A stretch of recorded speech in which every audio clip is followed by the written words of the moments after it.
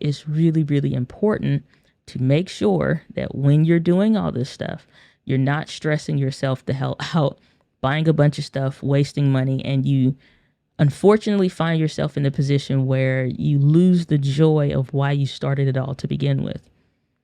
So I love to help come and pave the road and make it super smooth and slick and just easy to drive down so you can get to where you're trying to go and use the stuff for the reasons of why you bought it to begin with.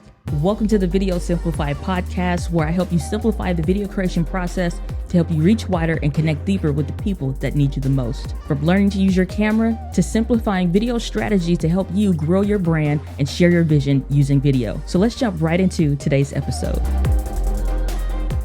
What is up, entrepreneurs? Welcome back to the Video Simplified podcast with me, your hostess, the mostess, Diana Gladney. This week, we are talking about G.A.S, which is Gear Acquisition Syndrome. It is that time of the year again where sales are happening literally the day that I'm recording this podcast, right before I leave for Ecamm's Creator Camp, which I cannot wait to go to. I've been looking forward to that all year long, so stay tuned for that. We got some fun things to share coming out of that event. But it is the holidays, and we know that you have Techtober, which is usually now in October, and then we have in November, we have these after Thanksgiving Day sales, holiday sales, and the like. And so there's a lot of gear purchases that happen around the last quarter of the year, especially when it comes to upgrading your gear for people that are just getting started buying gear for the first time. And then you have some of those that are kind of in the in-betweens of they are buying new gear, but they're making whole transitions. So maybe you've had a camera that you've been using for a couple years or a few years, and so now it's time to upgrade. There's a lot of different thoughts that come up around this, and especially because I am more camera-centered around the content that I make. Specifically when it comes to making videos, I don't talk about smartphones. I'm not comparing cinema cameras or anything like that. It's mostly mirrorless cameras that are the go-to because those tend to be, in my opinion, the best solutions for where most people are starting at, to make sure that you are having something that really fits the vein of not just content that is tending to be made most of the time, but also making sure that you have the stuff that's not going to cause you any issues for the most part, as long as you're buying right instead of having to buy it twice. But now there's a lot of people who's going to be buying stuff like left and right. So I like to get ahead of that with this episode. So that's what G.A.S is. It's like G.A.S is like people that are buying a lot. Gear acquisition syndrome. It's like, I need this, watch a video. Somebody get you excited about their setup, or it looks really interesting, so you're like, that looks dope, I'm gonna buy it. And so now you're surrounded, literally surrounded with a bunch of gear and a bunch of accessories or a bunch of tools. And so you have to learn how to do all this stuff, and you have all these issues. Well, when it comes to now using that, you now start to not create, or when you did create something was wrong with it. So it didn't quite turn out well or the way you thought it should. And so something goes wrong because it's new to you. And so you're like, well, I can't use that, so I'm going to wait. And then you just keep putting stuff off. And unfortunately, what winds up being the problem is now you kind of get into a procrastination, stagnant type stalemate, if you will, because of this gear that you bought that's supposed to make things better for you, but instead it's now created a new problem. So a lot of people really, become a victim of this because the need of, if I have X or if I have A, then it'll help me create B. Or if I get A and B, then I can make C. And it really just becomes that game back and forth. Well, I could do more of this, or I could be better at that. If I only had this one more thing, or these series of things, then I'd be, ready to do all this stuff. And so what's funny is I'm already going to this creator camp starting tomorrow, but I already know it's probably going to be a few people, if not a good amount, that will probably, this may be their first time going to a creator-centric event. And so they're going to bring a bunch of camera stuff, and they're probably going to overload their backs with just all kinds of stuff because maybe they've never done it before or whatever. I was in the same boat once upon a time. And what winds up happening is you bring a ton of stuff that you don't use and you bring a ton of stuff and then you don't want to even carry it around. So it defeats the purpose, and it just really becomes a weight. And so now the stuff that you bought, whether you're beyond the 30 days or not, either returning it, selling it, or it just sits there collecting dust. And I've gotten a fair share of emails of people that have said that they've bought something, it's been sitting for like a year or something, and now they finally are ready to jump back in and actually do something with that. So let's not get into any of those issues. And I would say a good amount of people that actually watch the podcast, if you're watching the video version of this, or if you're listening to the podcast version of this episode, you probably are a doer. It's usually the community I try to create and foster is a community of doers. You're actually doing the work. And so in the process of doing the work, you need to now upgrade your gear because, and this will probably going to go on a tangent on here. I'm probably going to go on a little bit of a tangent on this one, not because of any accusatory tones or anything like that, but to really set the standard and set the record straight of and making things clear. Because I think, number one, in the camera space, there tends to be a whole lot of vitriol, unfortunately.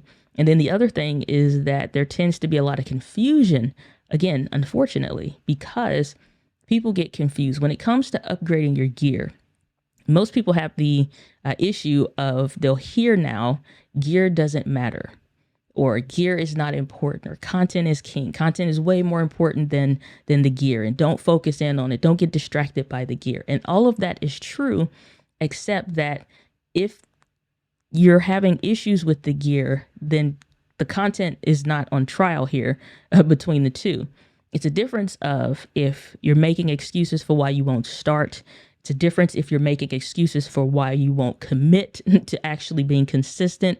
It's a different if you're actually making excuses saying that you have to have this in order for you to start making content. Because yes, then in that point, it doesn't matter what you're starting with. It is important that you are starting. But when it comes to the question of people saying, well, gear doesn't matter, it's usually most of the time, 99% of the time, it feels like in the wrong context.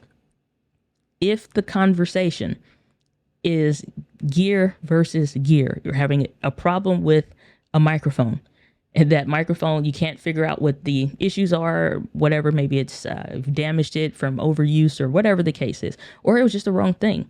A lot of people do this when they buy condenser style microphones that are going to pick up a lot of environmental noises. For right now, the air conditioner just came on. Maybe the noise floor impacted a little bit, maybe not. But there's so many factors into going into why we get the audio to sound as good as we do versus you hearing a bunch of noise, like a car that just passed by, or the fan that came on the laptop, or any of the anythings, environmental noise, TV on another room, whatever. There's things in place to help make the content better because the gear is solving so many problems, something simple. But when you buy the wrong thing, you end up having to buy it twice because now you have to buy something else a second time, or the right thing, hopefully, on that second go, if not the third or the fourth for some people. And you'll hear people say gear doesn't matter. Make sure it's in the right context. If you know procrastination is a problem, then make sure you get on yourself and get into yourself of the why you're creating so that you can actually start taking action and doing what you need to do.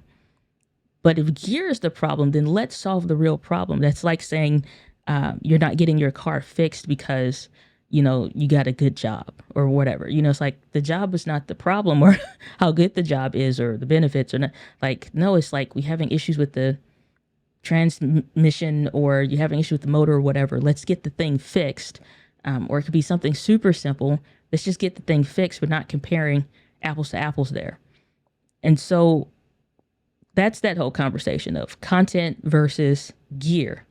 You have a gear problem when, for example, there's a lot of cameras that are still on the market that are arguably great cameras.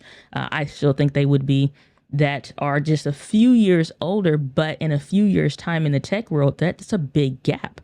And so here's how I make the decisions of if I'm going to upgrade the gear or not.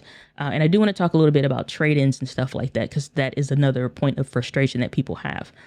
But I'll know I need to get something else or consider getting something else if, even though the gear can be good, and yes, you could get the job done, it causes additional hurdles that decrease my efficiency in what I'm doing. For example, a lot of older mirrorless cameras, or just even DSLR cameras, but DSLRs are, in my opinion, no longer part of the conversation for video. So it's moving forward with mirrorless. So even if you go back 3-4 years even, there's a lot of mirrorless cameras that have a 30-minute recording limit on it for a speaker. Most talks may be in the 45-minute range, and then you have like a 15 or 20-minute Q&A that sometimes, if you can meet someplace else or you're out in the hallway or whatever, then it can go into longer stretches of time. So now your recording could be 60, 90 minutes, 120 minutes that you're recording. How many times are you going to have to ask somebody to, or have somebody to watch, even if you have a friend or attendee there to say, hey, can you hit the record button for me? Or you're trying to potentially monitor this on your phone from afar, but there's issues with drop signals and disconnection issues with some of these camera apps, to where at times things happen. It always does. It's just the issue with technology. It happens. Now you only get the first 30 minutes and that's it. Because unless somebody starts, or now you have gaps in something where it was a great question or whatever. So now we're losing the value of that time in us capturing it because we miss stuff. Now, is it going to make or break your whole existence as a content creating entrepreneur? No. But is it still going to be important to what you're doing? Absolutely. So it is important to make sure that the gear is going to do the right job for what you're doing, because the features solve problems for you instead of creating more problems for you. Here's another example. For DSLRs, the reason why I said it's not really a part of the conversation any longer, in my opinion, when it comes to video, yeah, you can get a nice image out of it, but the audio is always going to suck. I don't care which DSLR it is. The audio is going to be trash in a bag and sound like a rustling trash bag. It's going to be awful. It's going to have a loud noise floor. Preamps are not going to be great. There's a big difference, even for the older and some of the first mirrorless cameras, that for whatever reason, when you switch from DSLR to mirrorless, preamp sounded way better. Now there is in some audiophiles, issue of hierarchy of audio, which is who's better or not, and this one sounds better than this one, but they're all better. Even the worst of what people might say, if you're really into audio, it still sounds better than the high-end DSLR camera on the market. Doesn't matter which one it is or which brand. So now you need to fix the audio, remove the issues, blah, blah, blah, and on to make the audio great, or record externally and then sync it up afterward. And it doesn't matter how efficient a software or tool or anything else would be. The fact that, unfortunately, you're not able to do this all in one thing and save even more time and condense time frames by being more efficient, it now becomes an inefficient system. And it is the same reason of why we don't use Model T style cars anymore for you to drive 30 and sometimes 40 minutes for some people in the US to get to work, because it's not efficient. If you do it, it's because you want to, and the issues that you might run into with the average person is not a problem for you. But to where it is, then it's a problem. It's not really a debate between gear and content. It's knowing when are we using this in the right context. Is this a content issue or is this a gear issue? Because if a gear issue, then we have a problem. Now, when we move on into the next section of people having concerns around upgrading or whatever the case might be, well, let's take this into consideration. Quite a few people, especially when you're new-ish, less than 5 years you've been making content, 5 consistent years, not you bought a camera so many years ago, you had it once or twice, 3 times a year, you make a video. No, you've consistently made content throughout a year, consistently, not, 3 months of the year, consistently. Those consecutive years, that number of years. So let's say if you've been doing that for less than 5 years, okay, you can have a camera for 5 years, still be plenty fine, still be great. You can find old cameras that are great. But again, when a camera starts to create more issues than it solves, we now have a problem, because it's creating more problems for you. If you're doing speaking, if you're doing coaching, you're doing consulting, whatever, you're doing talks, whether those be digital or on the actual physical stage, you now have a problem, because again, your gear can no longer keep up, or you're having to deal with a bunch of concessions or what have you. I got a comment recently that I was going back and forth with this person, just kind of educating them on this a little bit. Sometimes when it comes to trading in or selling, and I've talked about this on a live stream, and we had some great dialogue about that. A lot of people are concerned about losing money. You're not losing money on something if, like I said, there's two ways that I'm seeing if this makes sense for me or not. And I would encourage you to probably use the same system. Number one, like within the first 90 days, I have it scheduled when I buy something to make my money back, if not already before. Doesn't matter how much surplus of income that you have. When you make an investment in something, the goal is for it to yield a return. So if I'm looking at something, I'm making an investment, how long would it take for me to make my money back? Can I make this back in 30 days? Can I make it back in 60 days? Can I make it back in 90 days? So hopefully within 30 days time frame, if nothing else within 90 days time frame. Now let's say it's a larger investment and I'm saying several thousands of dollars. So if you're making a much larger investment, okay, depending on what you do or whatever the flow of things are, there's recession issues, whatever. 6 months to a year, have you made your money back? Because if you have, that investment yielded a return already.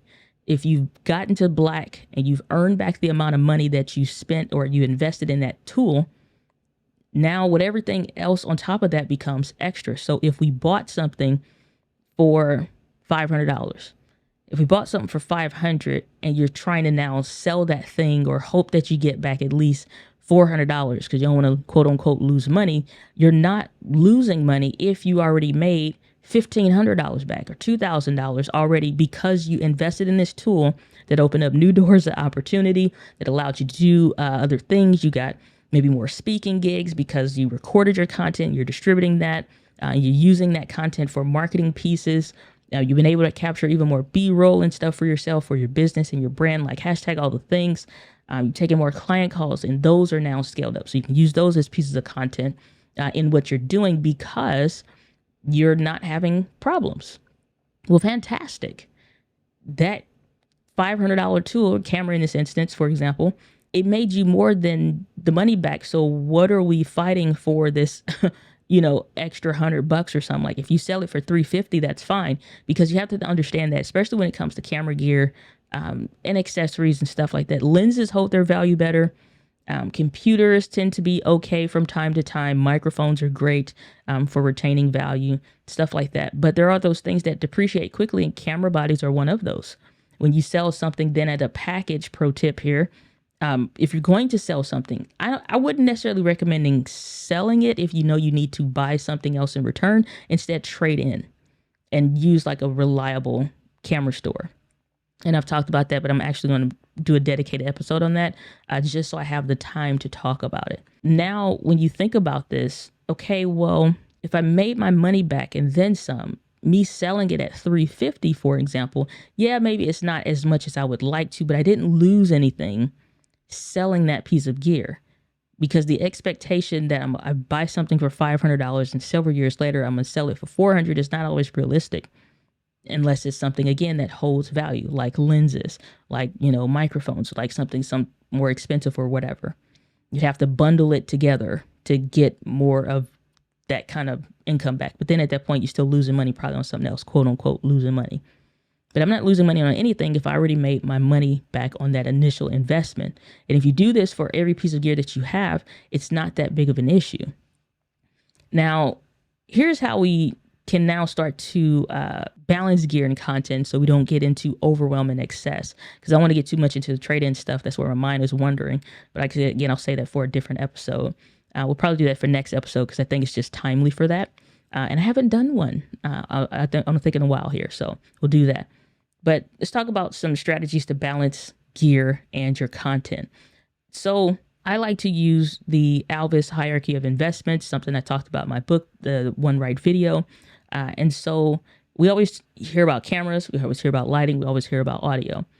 Well, what order should we be buying these things in, and what order should we be doing this stuff in? Well, I just made a simple acronym so it's easier for me to remember and easier for me to teach. And that's ALVAS. And so that's audio, lighting, video, accessories, and software. Based on this, I now can look through all of the things. What is potentially problematic?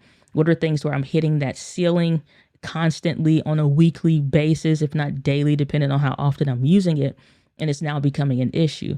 I recently sunsetted the use, for example, get into audio, where I was using my Samsung Q2U for forever, but I was trying to use it in a wireless podcast setup that I had set up, which we'll be having a dedicated video on the channel about, and it picked up interference issues because of the microphone. And I was like, oh, I forgot that this microphone is more sensitive than the Shure SM7B, for example, that I'm using right now to pick up interference. I could set this all over near my computer, and I do have a small desk setup. I don't use anything big, extravagant or whatever. I just keep my stuff super simple. I'm very minimalist about my particular setup. What I noticed is, unfortunately, it picked up interference, so now I'm having to adjust it and deal with that or what have you. Well, that is something that I was progressively dealing with more and more. And so the more my friends were recommending, my creator friends recommending, like, just go ahead, get the SM7B Rodecaster Pro and be done with it. And I'm like, it better be the bee's knees Hall of Fame, and it better like solve so many other problems that I didn't realize were issues for me. And it absolutely did and continues to do.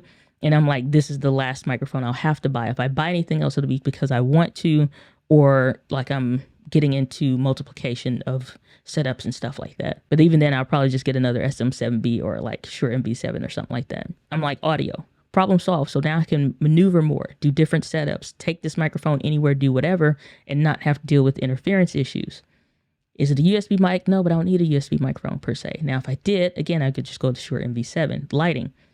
Lighting issues. And I was like, I didn't like this stuff on the floor. So I invested in things that took things off the floor and mounted them in the ceiling and on the walls. And so is that something that necessarily was costing me money or was an issue? Well, the amount of time you constantly are dealing with this, or did it get knocked over because somebody else is in the room, or whatever the case is, you need to move something. So you got to move that out the way and then put it back. I just didn't want to have to deal with that. Figured out what the ideal placement was for my lighting.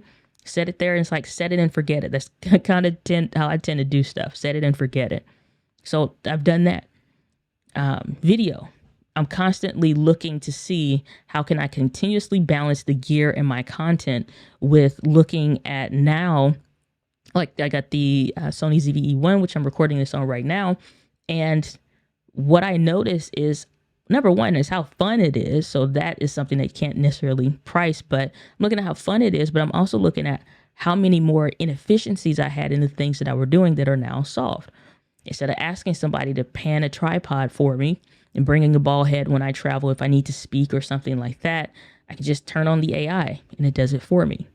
Instead of worrying about potentially getting something with more buttons so I can be more efficient in my customization of the menus and blah, blah, blah. Now I have a bunch of on-screen options and different things and all kinds of stuff. More efficient. And so there's something to be said about how efficient is a tool being for you and how effective is it being for you as well. And so when I'm looking at balancing out, especially when it comes to cameras for video and stuff, how effective is it helping me to be? There's a lot of tools that are very simple, easy, and they're effective, but is it efficient? It needs to balance both. And I'm really high on the efficiency because it's very easy to meet that effectiveness expectation. What I need my stuff to do is also be efficient for me. And this takes us back to where we talked about before of the whole conversation where people use this out of context of gear doesn't matter. Yeah, it does. Because there's a lot of stuff that's effective, but there's not a whole lot of things that are also efficient. So yes, you can use a 5, 6, 7-year-old, whatever kind of camera, and yeah, it's effective, but it's not efficient.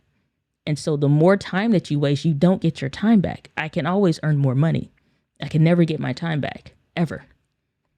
I value that way more than, like I was saying, like the extra money you might invest in or spend or whatever, trying to deal with like, oh, I don't know if I want to sell it at that much because I was trying to get this. Like there's some negotiation stuff there, obviously, but where it matters, let's keep the main thing the main thing.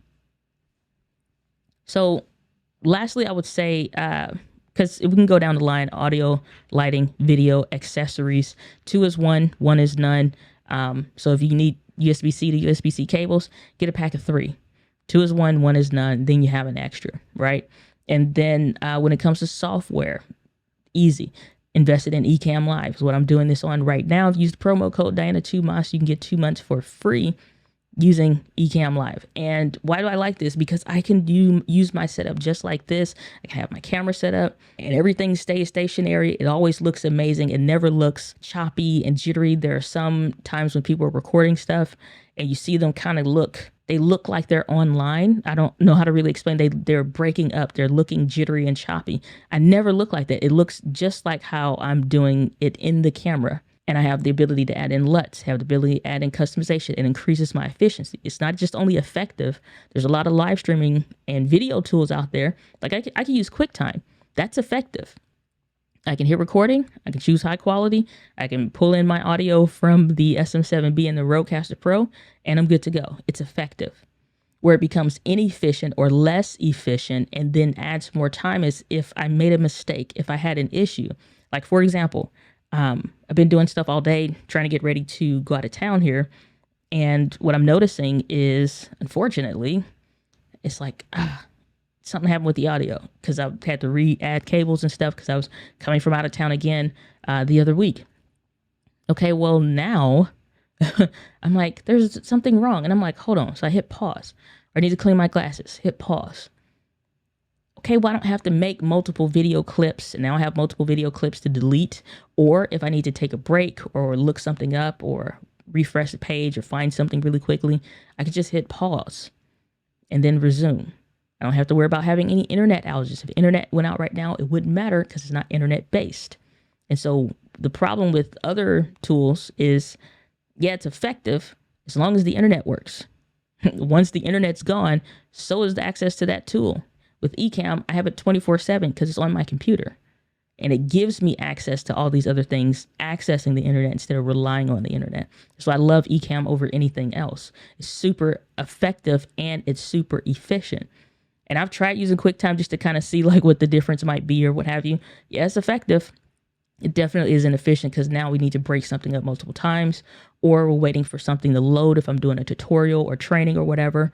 And so it's like, dag, this is going to add more time in editing, more time for my editor, instead of me just being able to do it natively in Ecamm, which is way more efficient. And so that's where the balancing act becomes between your gear and your content, especially when you're talking about a lot of stuff of buying stuff right now. It has to be effective and efficient. Don't get lost in the sauce of the gear doesn't matter. Yes, it does. Yes, it does. In the right context. Yes, it does. When people say, oh, well, content is king. Content was never on trial in the conversation, taking it out of context. In the context of comparing apples to apples, it does matter. Ask an Olympian that is doing track and field, that's doing ballet or whatever, if the shoes matter. They say, well, shoes don't matter. It's all about the art or whatever. It's like, yes, it does, because you can't go out there wearing basketball shoes and on the ballet thing. Like, you can't get out there without the right uniform, without the right tools to do the right job. Now, are there things that may help them be more efficient? And that's a different conversation. So learn the difference, I would say, when you are posing yourself between, dealing with, is this efficient? Is this effective? So you can look at something apples to apples instead of like apples to oranges, and it don't matter. So needless to say, if you're going to be buying stuff, buy it right or buy it twice. And don't get lost in the sauce of like, I can just keep doing what I'm doing, or I can just keep using it works. Honestly, I could still be using the Canon M50 to this day, using Ecamm Live. The quality would still look great, but it would not be efficient with what I'm doing. It would not be efficient with saving me as much time as the switch to Sony did, and getting access to new features, getting access to better quality, getting access to not having to worry about clean HDMI or not, getting access to the eye autofocus and a bunch of other things that I've used, having access to this camera. Oh, we both can take photos and video. Yes. They're both great. They will both do well. Any brand would be. That's not on trial here. The difference is, yes, something can be effective, but now what are you getting, and how much more of this is it being efficient? Last bit here. It was a comment that I started mentioning earlier, but like I was back and forth in a conversation with someone and explaining to them, like, there's a couple areas where you need to really pay attention if you need to buy something or not. And this will help put gas to bed and just be done with it. Where if you find yourself buying something, like this young lady, she's like, I got the ZV-1 and bought the ZV-10, but the kit lens, it's like, but I'm using it for vlogging. It's like, in full truth and transparency, it's like the ZV-1 would have been the better option for vlogging, for what she described. in like the wide angle lens or something instead of the ZVE10, where you now need to get, like the kit lens is not going to do it. You have the issue with not having stabilization. Yes, you can get the 10-18 lens, which is what we were discussing, that has optical steady shot in it. But I'm like, you're not going to get the same options. Yes, the lens options are vast and you could use catalyst brows. But again, can you be effective with it using catalyst brows and whatever and blah, blah, blah and longer tripod? Yes, that can help you to be effective just to get the job done, but it's not efficient. And I'm like, so pause for the cause before you start buying a bunch of stuff and really look at, why am I buying this? What do I need it for? Okay, if I was buying something, so at her position where she was at and we're having a conversation, is efficiency, or really finding the right thing and then being efficient with it. So I'm like, you already had something that could do the job. Like, what was it, $20, $50, something like that? Or I mean, $20, $40 maybe for the wide angle adapter lens thingy. Works great, looks great, you know, doesn't deteriorate the image a ton or anything like that. Problem solved. We don't necessarily need anything. Now, do you want something else? Great. But it's like, ideally, I wouldn't have picked the ZV-10 for vlogging because it wouldn't have been best. So now we've introduced a problem, and we've also introduced another problem because we need a wider lens. But we've also going to have another problem, which is going to be stabilization, which now makes us less inefficient. Easier to put the tripod down, but based on what she was describing, it didn't seem like that would have been the vibe or the motion of how she was moving stuff. And so this becomes a real up and down. And I was really pondering this morning after that back and forth, simply because a lot of people find themselves in this thing, and I really enjoy helping people navigate through this because it's important. It's really, really important to make sure that when you're doing all this stuff, you're not stressing yourself the hell out, buying a bunch of stuff, wasting money, and you unfortunately find yourself in a position where you lose the joy of why you started it all to begin with. So I love to help come and pave the road and make it super smooth and slick and just easy to drive down so you can get to where you're trying to go and use the stuff for the reasons of why you bought it to begin with. So hopefully this conversation brought you value in understanding, like I said, some of those differences, because I know it can be definitely tricky. I'm going to go ahead and do the next episode following this particular podcast, talking about trading in and trading your gear or selling it and stuff like that. Like I said, because it's been quite a long time since I discussed that, and 'tis the season where, like I said, a lot of people are going to be doing a bunch of stuff gear wise. But that's where I'm going to leave it for this week's episode for the Video Simplified podcast. As I love to end all of these episodes, the winds of life blows on us all, but it is how you set your sails. So with that, guys, with passion, I'll see you on the next episode of the Video Simplified podcast. Take care. Thanks for tuning into this week's episode, but the value doesn't stop there. For more in-depth trainings, courses, and growing your brand using video, join the Video Simplified community at videosimplified.live.